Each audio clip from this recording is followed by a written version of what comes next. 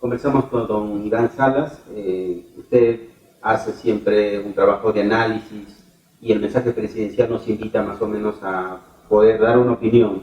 ¿Usted cómo considera al mensaje presidencial del pasado 28 de julio? ¿Fue bueno, regular, malo? ¿Cuál es la impresión que tiene usted? Lamentablemente creo que fue muy general, muy descriptivo. Y con la crisis que está viviendo el país tan grave, afectados además por ya una cuarta ola de la pandemia, se necesitaban ideas más claras, sobre todo con metas. Uno de los grandes problemas que tenemos en la política en general es que no se trabajan con datos, con cifras, con metas concretas. Por ejemplo, en economía. En economía me parece que el presidente cometió un gravísimo error. Saca a Pedro Frank y a todo su equipo y pone a uno de derecha, de la línea PPK, digamos. Pero Frank estaba haciendo bien las cosas. Logró cobrar más de 6.000 millones a empresas mineras, sobre todo, que debían sus impuestos. Salió Frank y ahora ya no se escucha si siguen pagando, ya no siguen pagando. ¿Qué alternativas hay para la reactivación económica? Concreto, para el incremento de empleo, que como tú sabes con la pandemia cayó. Y uno de los sectores más afectados son los jóvenes. No se escuchó. En educación, por ejemplo. Estaba revisando unas cifras. Al mes de junio en educación solo se ha gastado el 8% del presupuesto. En salud, a 6 meses con pandemia encima, apenas el 28%. Y la gente en salud sigue quejándose de los servicios de salud. Ayer escuchaba un reportaje de un noticiero radial en Lima de unas madres desesperadas que tenían a sus hijos internados en los hospitales, no había personal, no había medicamentos y el maltrato al paciente es brutal. O sea que la pandemia no nos ha dejado ninguna lección. No hemos asumido la lección. O sea que, ¿qué pasa? Ahí la recomendación a los hospitales, que si bien es cierto necesitamos más presupuesto, también tienen que esforzarse más en sus áreas de gestión de recursos humanos para capacitar a su personal y que el personal dé un trato más humano a los pacientes, porque está demostrado científicamente por los neurocientíficos que el aspecto emocional es fundamental en la rehabilitación de cualquier enfermedad. En agricultura seguimos con el problema, vamos ya por la tercera convocatoria para comprar fertilizantes, ya la campaña agrícola empezó. Inseguridad ciudadana es brutal. Acá felizmente, gracias al trabajo, creo, de las rondas urbanas, no tenemos los niveles de delincuencia que vemos en otras ciudades, como Lima, Trujillo, Chimbote o Chiclayo. Pero tampoco se escucharon mayores propuestas, ¿no? Hemos tenido, mira, 5 ya gabinetes, más de 60 ministros del interior ya como 6. Entonces así no avanzamos a ningún lado, ¿no? Y ahí yo creo que el presidente, como siempre lo he dicho, tiene que valorar el apoyo que le dio el pueblo peruano. Es un líder maestro rural, de origen campesino, humilde. Yo sinceramente voté por él. Y no me arrepiento porque el otro lado hubiese sido peor. Con Keiko, olvídate, esto era el desmadre total. Tuvieras las calles incendiadas en estos momentos. Pero yo creo que debe reflexionar en ese apoyo que le dio un grueso sector de la población, porque es el presidente del bicentenario de la independencia. Y eso le exige hacer las correcciones del caso. Creo que a elegir un gabinete más técnico, con propuestas más claras. Sobre la corrupción no dijo nada, por ejemplo. Y comenzar a gobernar eficientemente, con menos discurso y más acciones concretas en favor de la población. Es una salida. Si no hace eso, nos queda la otra salida, que ya vendrá desde las calles, que se vayan todos, ¿no? Y haya una nueva elección para todos. Porque el Congreso, que es otro desastre total, dicen que se va el presidente y yo me quedo. No, pues es una sinvergüencería. Este Congreso es uno de los peores. Acaba la noticia reciente, un congresista violando a su trabajadora. Y sale el tercer vicepresidente del Congreso, que felizmente ya renunció por corrupto, porque está con una sentencia por corrupto cuando era en una obra pública en Huaraz años atrás. Sale este señor a decir, bueno, que como trabajan todos hombres en la oficina y han tomado un poquito de alcohol, la han violado y no pasa nada. Este tipo es idiota. A este señor deben mandarlo a su casa, a los dos. A su casa mañana mismo, desaforarlos ya. son gente enferma, psicópatas. Claro, eso tiene que ver un poco con el lado de fortalecimiento institucional. En el Perú nuestras instituciones, en su mayoría o en todo caso las que están en los más altos poderes, atraviesan un mal momento también. Sí, mira, uno de los grandes problemas que tenemos en el quehacer político en el Perú es que vemos de la punta de la nariz para adelante y no vemos el proceso. O sea, cuando tú analizas un fenómeno social o político, tienes que ver todo el proceso. Y el proceso es pasado, presente y qué va a pasar en el futuro. Es un análisis serio. Esta crisis no es de ahora. La doctora Matilde Kaplansky es una destacada psicoanalista. Ella hace meses atrás tuvo una entrevista muy buena en La República, donde ella afirma que lo que estamos viviendo en el país es un proceso de descomposición social acelerada. O sea, todo se cae y ya casi nada funciona. El Ejecutivo en problemas, el Congreso peor que nunca, problemas en el Poder Judicial, la Fiscalía de la Nación, partidos políticos que en la práctica no los hay. Lo que hay son colleras de amigos que se reúnen para una elección.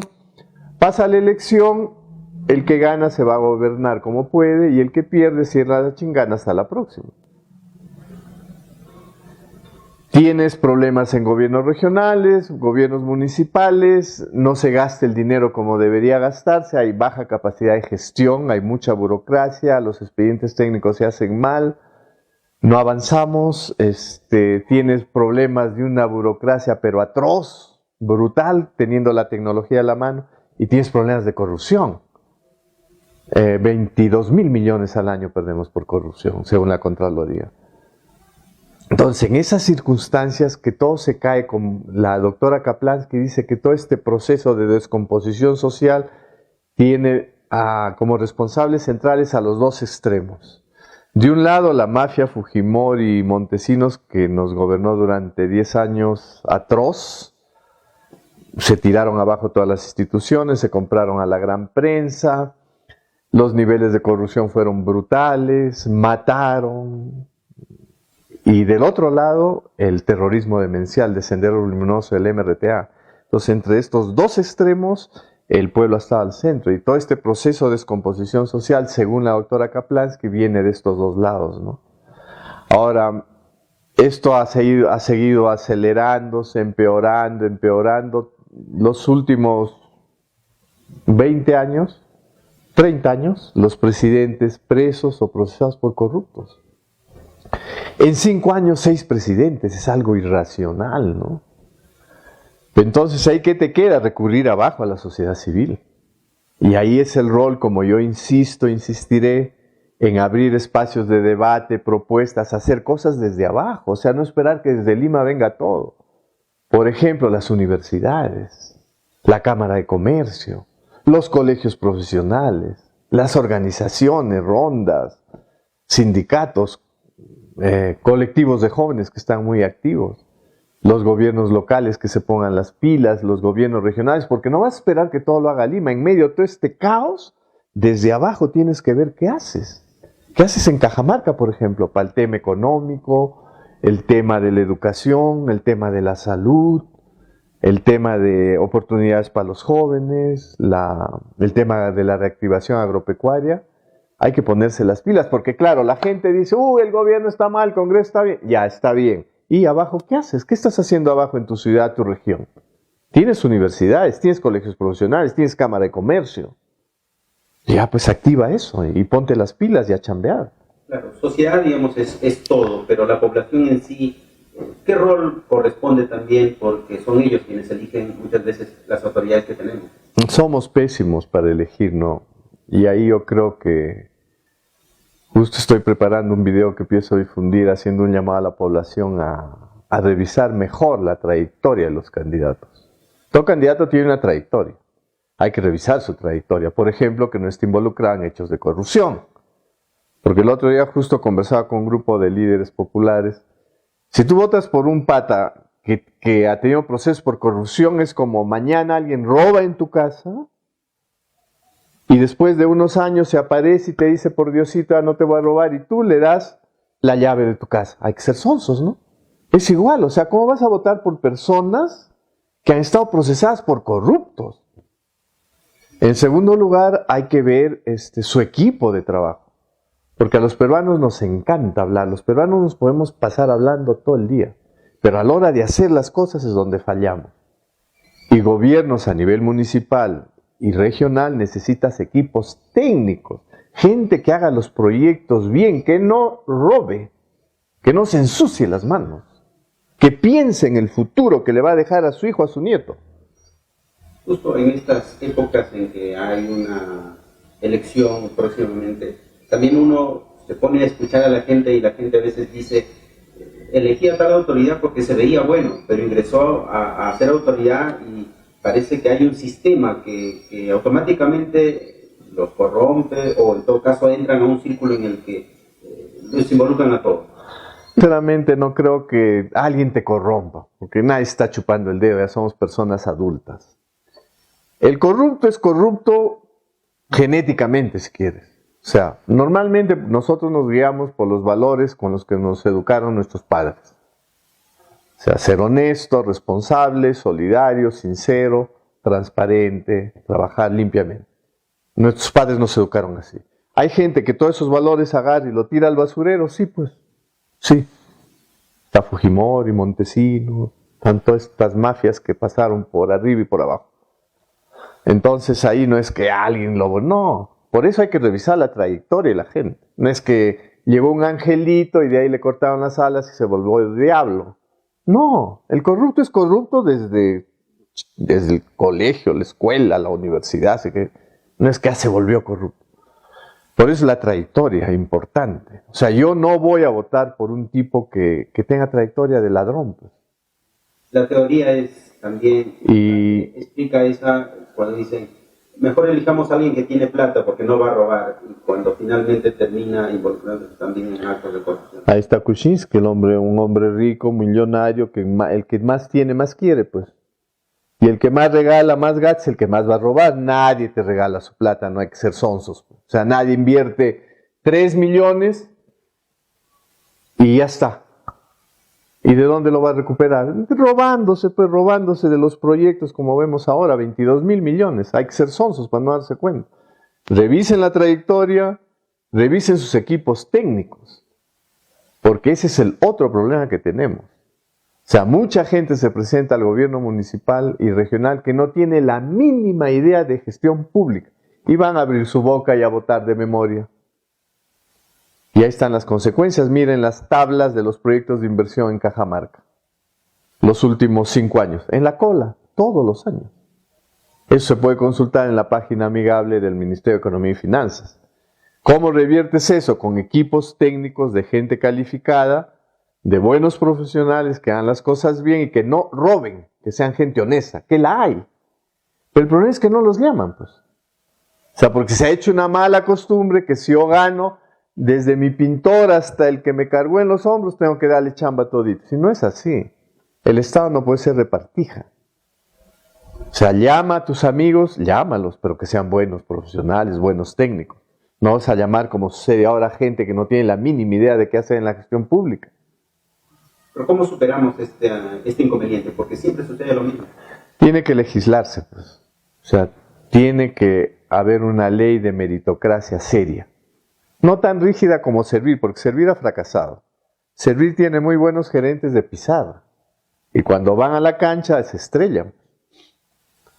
Usted tiene una experiencia de trabajo por el Congreso.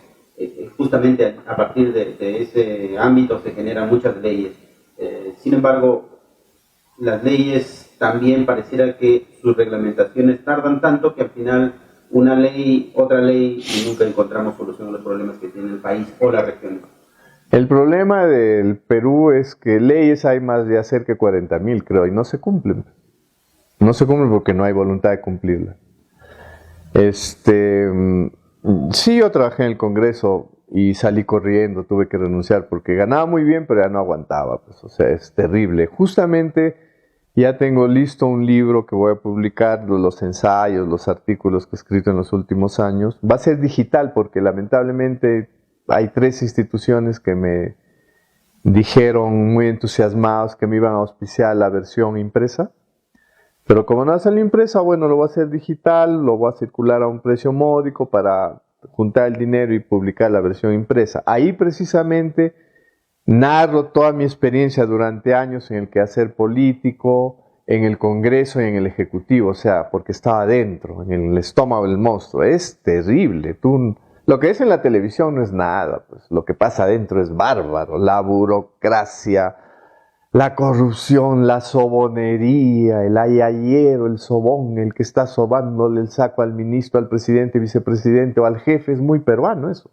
Y lo ves en municipalidades, regiones. Es otro problema que tenemos cultural. El sobón, Dios santo, es el peor enemigo del Perú, ¿eh? El sobón y el corrupto, olvídate, ¿no? Es que los dos se juntan y al líder le pintan pajaritos, le dicen, oh, ¿qué tal? Estás lindo, todo está de maravilla, y mira cómo termina. Solos, porque el sobón se va, pues, el ladrón también se va. Y los que dejan el poder, ¿con quién se quedan? Solos, ni su perro les mueve la cola. Por eso que yo siempre recomiendo una novela, El otoño del patriarca, de Gabriel García Márquez, porque esa novela es tan buena que te hace entender la soledad del poder. O sea, toda esta gente tonta, que algún día tiene un cargo municipal, regional, congreso, ejecutivo, piensa pues que su asiento tiene heterocal y que se va a quedar pegada ahí toda la vida. No se da cuenta que eso es pasajero y que lo mejor que te puede pasar cuando tú dejes el poder es que la gente diga gracias. Hiciste bien las cosas, muchas gracias. Pero ¿quién? Pues no hay casi nadie así, ¿no? Todo el mundo termina señalado, mediocre, ladrón, sinvergüenza, y termina solo. Mira dónde están los 2 hombres más poderosos del Perú que gobernaron con su mafia 10 años, Montesinos, Fujimori. ¿Dónde están? La cárcel. Toledo, enjuiciado. Alan se mató. Ollanta Nadine, procesado. Y eso... PPK igual. O sea, y los politiqueros no se dan cuenta de eso porque no ven el proceso. Piensan que la historia empieza con ellos. ¿Cree que Castillo va a terminar igual? Mira, como te digo, yo conozco a alguna gente que está alrededor de él. El pobre hombre tiene la voluntad de hacer las cosas, pero no sabe cómo. Ojalá que encuentre el cómo. Y si no, va a terminar igual o peor que el resto. Que sea lamentable por él, por su familia y por el país. Y sobre todo a mí me da pena por la gente más humilde que votó por él. La gente del centro, el sur, la gente del área rural. Porque el mensaje de esta derecha cavernícola, Keiko y sus aliados, ¿cuál va a ser el mensaje? El indio no vale para gobernar. Porque aparte de toda esta crisis que vivimos política, económica, social, somos un país extremadamente racista. Extremadamente racista. O sea, hay un desprecio a lo indígena, a lo cholo, ¿no? Y eso es lo peor que puede pasar, que fracase, y el mensaje de la derecha va a ser ese, pues, ¿no ven? Ustedes indios no valen para gobernar. ¿Qué lo están diciendo? Lo están insinuando. Porque hay discrepancias, obviamente, con el gobierno, que hay cosas que está haciendo muy mal, pero también hay un componente racista. Y yo por eso te digo, hay 2 caminos. Uno que corrija, y si no corrige, tendrán que irse, pero todos. Nuevas elecciones, que se vayan todos. Todo este Congreso lleno de sinvergüenzas, porque curiosamente creo que los congresistas más destacados, en mi opinión, son mujeres. En mi opinión. Está Susel Paredes, la congresista Sigrid Bazán, y un par de congresistas más que no recuerdo bien su nombre. Me parecen las 4 mujeres más destacadas. Son de izquierda y de centro, ¿no? Son de los Partido Morado y de izquierda. A mí las 4 me parecen brillantes. Yo me siento representado como ciudadano con la labor que ellas hacen, porque son honestas, coherentes, preparan sus cosas, están informadas, son buenas profesionales, ¿no? Ruth Luque es la otra, y la otra no me acuerdo. El escenario en el que fue elegido Ollanta Humala era similar al cómo se elige Pedro Castillo también. ¿Usted cree que hay cierta similitud entre sus gobiernos? El voto de la izquierda tradicionalmente es 1/3 en el Perú. Eso lo reconoce hasta Rosa María Palacios, una distinguida periodista liberal, decente, ¿no? Eso ha pasado siempre, por eso es que en las campañas electorales la derecha desaparece. Nadie es de derecha, todo el mundo es de centro o de izquierda. Keiko decía que era de izquierda, porque saben que hay un tercio ahí. Y ese tercio va a seguir. Sí, ese tercio va a seguir. Después de Castillo vendrá otro, pues no, pero va a seguir. Fue similar a lo de Ollanta, a lo de Toledo. Fujimori mismo en el 90 salió con un discurso popular, de centro, de izquierda. Alan, ni hablar. Alan ha sido el más brillante orador que hemos tenido en la historia política del Perú. Fue un tipo muy preparado, se educó en Europa. Lamentablemente la corrupción lo desbordó y terminó destruyendo él y su alrededor, su gente, a un partido que está a punto de cumplir 100 años. Una situación triste porque tuvieron gente que se forró por sus ideales, sus convicciones, por su compromiso popular. Pero lamentablemente la corrupción los desbordó y mira cómo han terminado. Es un partido que prácticamente ha desaparecido del mapa, ¿no? Ser demócratas pasa un poco por respetar los periodos de gobierno. Si Castillo alcanza a terminar su periodo de gobierno en el 2026, ¿qué cree que va a pasar en el país? Así como está, yo lo veo muy difícil que termine realmente. Tendría que dar giros enormes, ¿no? Ahora, ¿qué va a pasar en el Perú? Lamentablemente yo creo que esta crisis va a seguir.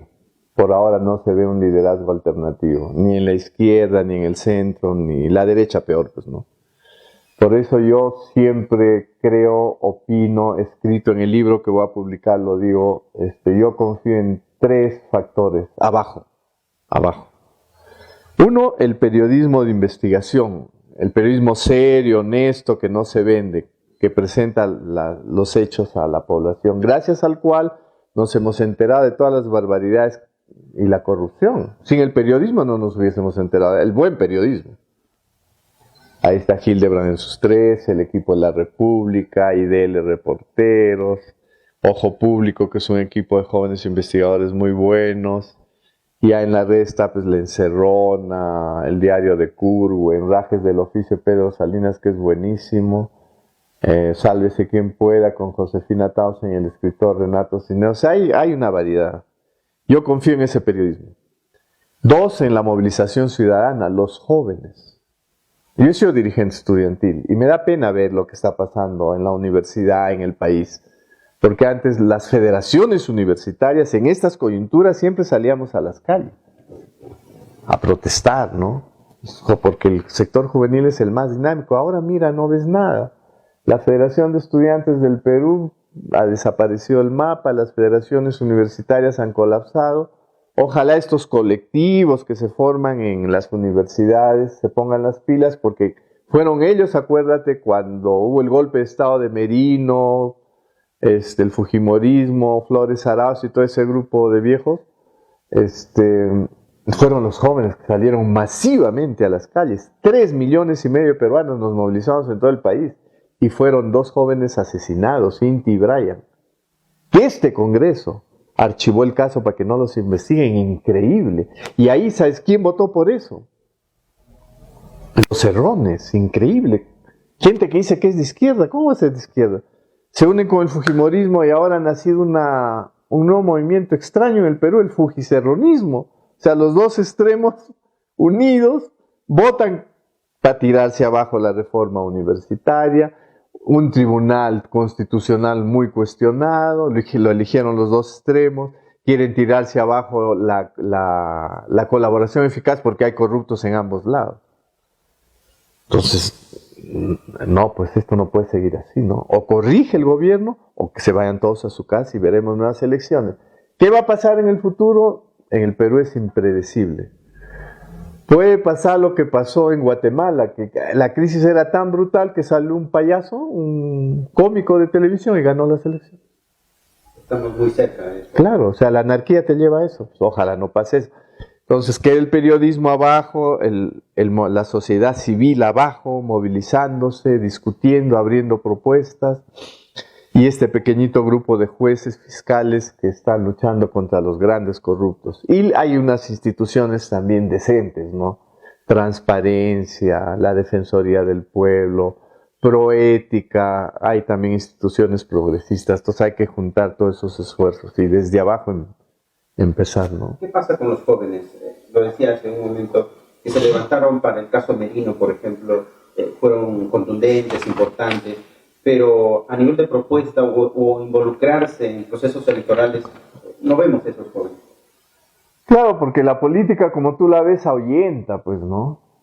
O sea, yo he tenido oportunidad en Lima, acá de conversar con muchos colectivos juveniles, y ellos están en otros temas, por ejemplo, de cuidar el medio ambiente, cuidar de los animales, cultura, danza, música. Política, no, dicen, porque ven lo que está pasando, ¿no? Entonces, sin embargo, sí me parece que yo el otro día conversaba con unos jóvenes estudiantes de la universidad, les decía, organicen una escuela de líderes. Si independientemente de tu posición política, que puede ser de centro, progresista, izquierda, pero si quieres participar, una escuela de líderes que tenga la parte doctrinaria, teórica, un poco conocer la historia y las ideas políticas en el Perú, conocer algo de historia del Perú y del mundo contemporáneo, algo de economía, del desarrollo, pero también temas técnicos, planificación, gestión del desarrollo, proyectos de inversión, gestión de proyectos, desarrollo de equipos de alto rendimiento, o sea, darle los dos componentes. Por ahí yo creo que se pueden animar a hacer política y a entrar a la municipalidad, a la región, al Congreso, ¿no? Por ahí está la salida. Si sus referentes son congresistas mujeres, sin embargo mujeres hay pocas en el Congreso, pocas involucradas en política también, ¿cómo hacemos para promover una corriente que ayude a mejorar la participación, a lo mejor de la mujer también? Ya, o sea, a través de estos, los colectivos de jóvenes que son bastante organizados y escuela de líderes. Por ejemplo, las municipalidades podrían organizar escuela de líderes, las regiones, las universidades. Pueden hacerlo, convocar a jóvenes y formarlos. Haces 1 o 2 ciclos bien hechos con lo básico y al año tendrías 100, 200 jóvenes al año. Ahora, ¿cómo ve el contexto regional y local? Bueno, ya están terminando sus gestiones también y han tenido la pandemia encima, pero sin embargo creo que no ha sido limitante para poder hacer algo por Cajamarca, ¿no? Si tú ves los indicadores, como te digo, y los cuadros a través de la página amigable del Ministerio de Economía y Finanzas, estamos mal, pues, ¿no? Cajamarca ocupa el primer lugar en pobreza monetaria a nivel nacional, con Huancavelica. Los índices de competitividad regional que te miden cómo está tu economía, tu infraestructura, tu educación, tu salud, tu capacidad de gestión, estamos a la cola, estamos mal. ¿Qué proyecto de envergadura tenemos en Cajamarca en los últimos 20 años? ¿Qué de nuevo hay en la ciudad, digamos, la ciudad capital? ¿Qué de nuevo tienes en toda la ciudad capital? El Capañán, es el mercado de ganado. No tenemos hasta ahora Petara, una planta de tratamiento de aguas residuales. Todos los excrementos se van a los ríos. Tiene los supermercados, pero es capital privado. En educación, cultura, no hemos avanzado mucho. Y eso es clave, porque tienes el ejemplo Antanas Mockus en Colombia, un brillante alcalde. Él que decía, tu ciudad jamás lo vas a desarrollar si no desarrollas la educación cívica de tu población. Y él trabajó mucho ese tema y trabajó con jóvenes. El aspecto deportivo, cultural, campañas masivas para mantener tu ciudad limpia, ordenada, segura. Eso no se ha hecho. Es un reto, por ejemplo, para las futuras generaciones. Si tú mides cuánto dinero hemos recibido por canon en los últimos, digamos, 10, 15 años, ¿cuánto? 5, 6 mil, 7 mil millones. Y no tienes un buen hospital. Si te pasa algo grave, te evacúan a Chiclayo o a Lima.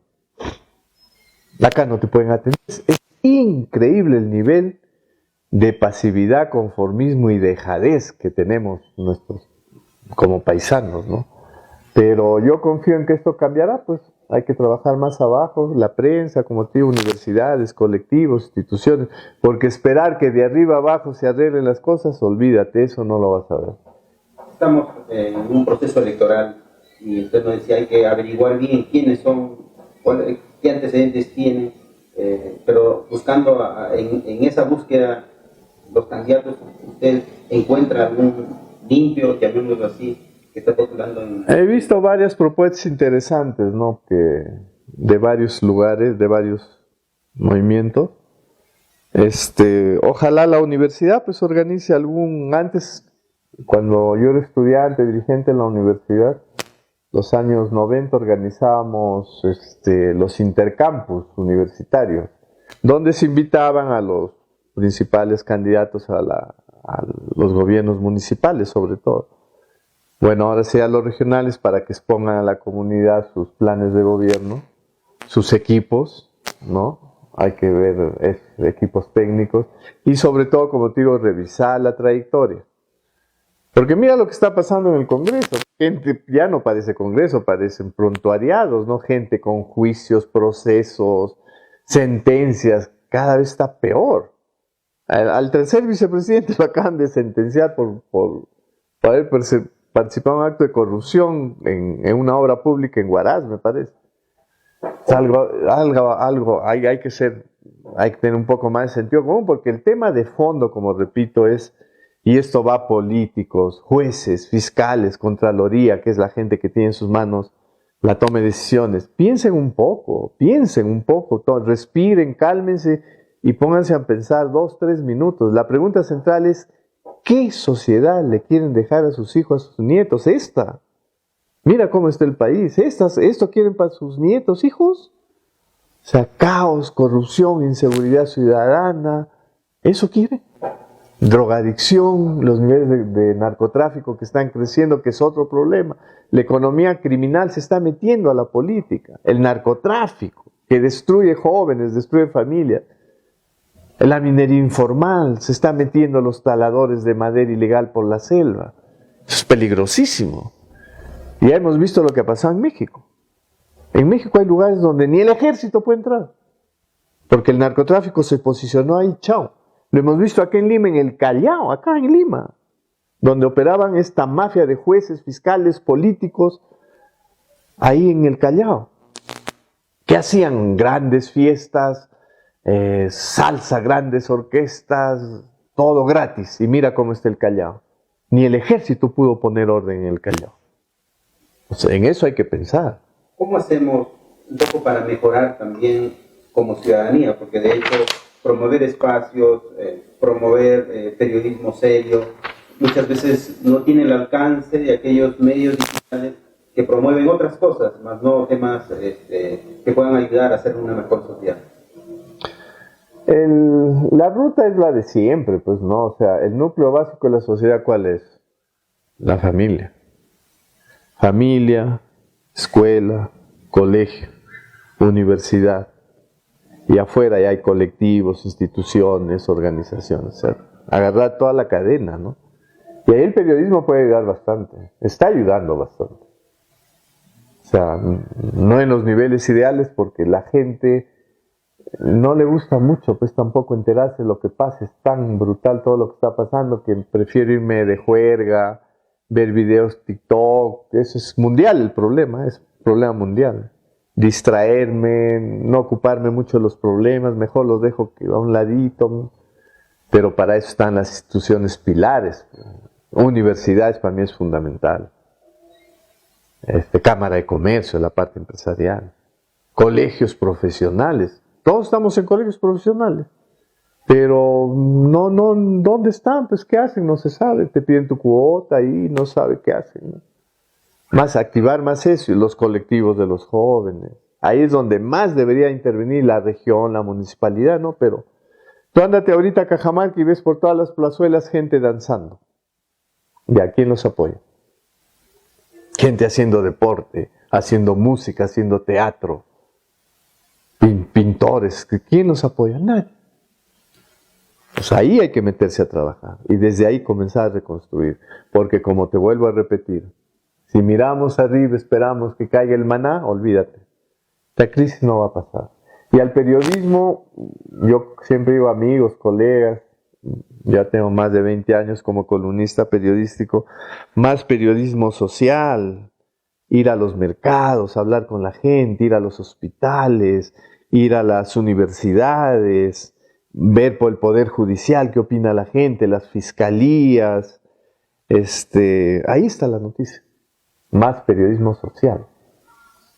Como recomendación, ya claro. Analizando qué cosas más para la ciudadanía y para intentar corregir un poco, a lo mejor los próximos 4 años todavía está en nuestro poder saber o decidir por quién votar, a quién encargarle la gestión municipal y regional. Informarse más, hacer el esfuerzo de informarnos más. Hay como 8 o 10 candidatos, muy bien. ¿Cuál es su trayectoria en primer lugar? ¿Tuvo juicios? ¿Tiene juicios? ¿Es un profesional honorable o corrupto? ¿Quiere meterse para robar como la gran mayoría? Segundo lugar, ¿quiénes lo acompañan? ¿Quién va en su lista? ¿Están preparados para gobernar? ¿Son técnicos? ¿Conocen de gestión pública? Y 3, ¿qué están proponiendo? ¿Qué hacemos con Cajamarca? ¿Cuáles son sus prioridades? ¿En qué van a ocupar sus 4 años? 4 años pasan volando. Pues con esos criterios creo que podemos ir al ánfora y dar un voto responsable, pensando siempre que no es solo salvar mi pellejo, es el tipo de sociedad que quieres dejar a tus hijos y a tus nietos. Es el tema de fondo. ¿Qué tipo de sociedad quieres dejarle a tus hijos y a tus nietos? Esta. Con todo este caos. Esta es muy bien. ¿Te gusta eso? Déjales eso. Pero si eres más responsable, piensa un poco y di, no, esto no tiene que cambiar. Entonces me voy a poner más mosca, voy a averiguar bien estos factores que te digo, trayectoria, equipos, propuestas. Y mantener la esperanza, mira, abajo hay gente que está haciendo cosas buenas. Acá, por ejemplo, hay una institución que se llama Mantó. Yo te sugiero converses con ella. Es un movimiento que trabaja con niños y adolescentes trabajadores de las calles. O sea, los recoge, los capacita, los educa. ¿Por qué? Porque hay que alejarlos a esta gente, a estos jóvenes, de conductas riesgosas. Droga, alcohol, pandillaje, embarazo adolescente, que es alto en Cajamarca. Ahí está Mantó. Más de 30 años trabajando silenciosamente, abajo, abajo, abajo. ¿Quién lo apoya? Nadie. Cooperación internacional, tienen algunos fondos ahí de autogestión. Esa institución. Hay empresas con responsabilidad social, mi amigo Pin de heladería Holanda, por ejemplo. Él tiene un buen negocio, utiliza insumos para helados, insumos locales, y tiene un programa de responsabilidad social trabajando con niños y adolescentes y mayores sordomudos. Es otro ejemplo que tú tienes.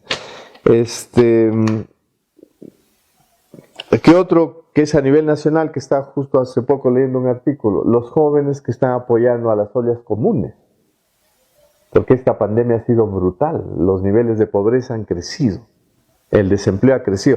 Pero hay colectivos de jóvenes con sensibilidad social, con compromiso social, que están ayudando a estas madres humildes en los sectores populares a implementar ollas comunes. O sea, tampoco todo está podrido. El problema es que solo vemos lo de arriba. Pero abajo hay gente que está haciendo cosas. Hay que potenciar esas iniciativas. Lo ideal que se haga desde los gobiernos locales, regionales, las universidades, la empresa privada, ¿no? Y ahí el periodismo puede ayudar, pues. Puede ayudar.